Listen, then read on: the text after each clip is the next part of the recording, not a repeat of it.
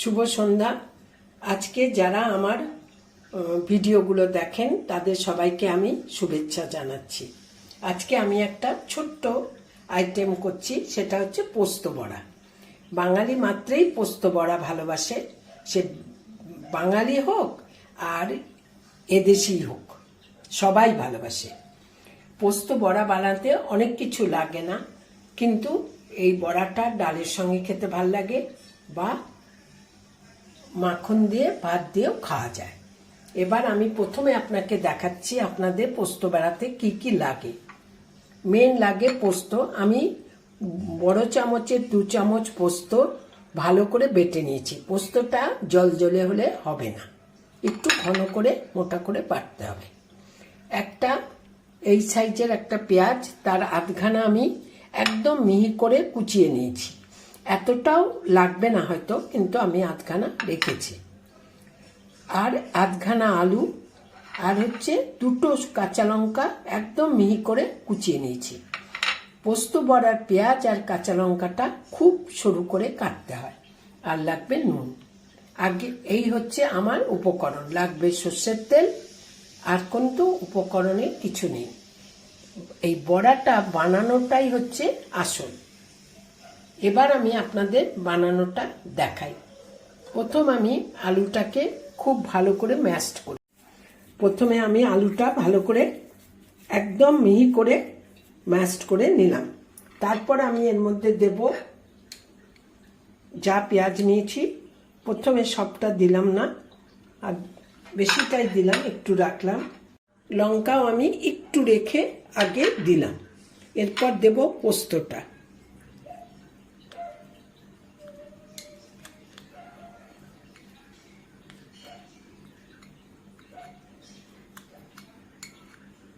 দিলাম। দেওয়ার পর আমার মনে হলো না, আর একটু পেঁয়াজ দেয়া যাবে। লঙ্কাও আমার মনে হলো সবটাই পরিমাণটা ঠিকই আছে। এবার আমি দেব হচ্ছে নুন।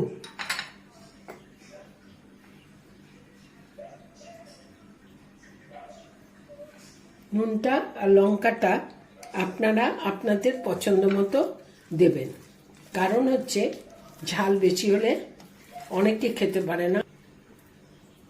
এবার আমার মাখা কমপ্লিট। আমি এবার বড়াটা, এবার আমার মাখা কমপ্লিট। পোস্ত, পেঁয়াজ কুচি, কাঁচা লঙ্কা কুচি আর নুন, এই দিয়ে আমি এটা মাখলাম। সঙ্গে আলু, সেদ্ধ আলু ভালো করে ম্যাশ করে এইটা আমি মাখলাম।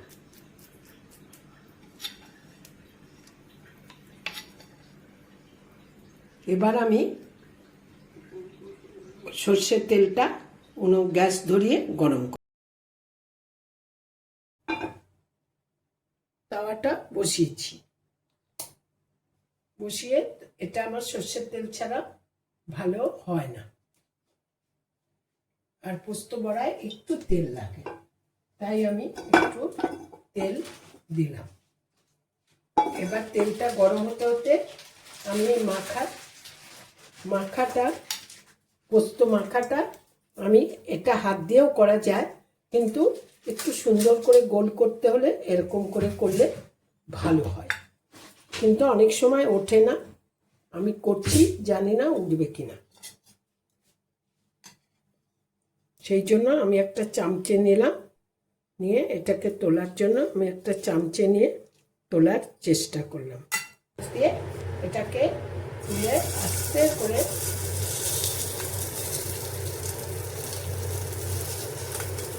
হাত দিয়ে নামিয়ে দিলাম।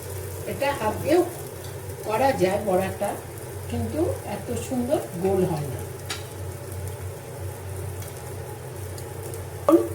বড়াগুলোকে একটু গরম হওয়ার পর উল্টে দিচ্ছি।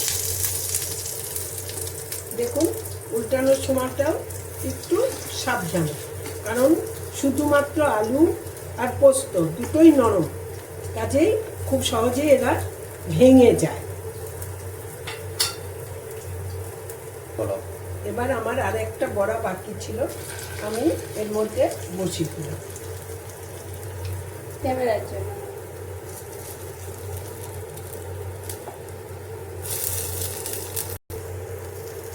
আমি একটু উল্টে দিচ্ছি। হ্যাঁ, সবগুলোই একটু কম আছে, আঁচটা কিন্তু খুব কম রাখতে হবে।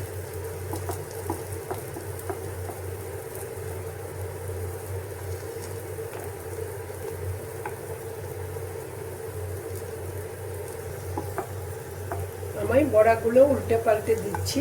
এটা হয়ে গেছে, এটা আমি তুলে নিচ্ছি, কিন্তু এগুলো হয়নি।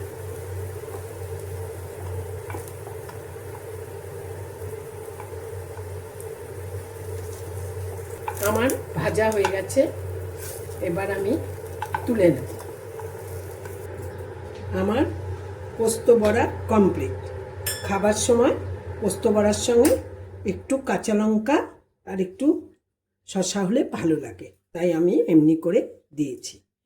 আপনারা সবাই করবেন, দেখবেন খুবই ভালো খেতে, টেস্টি। আজকের মতো আমার কমপ্লিট।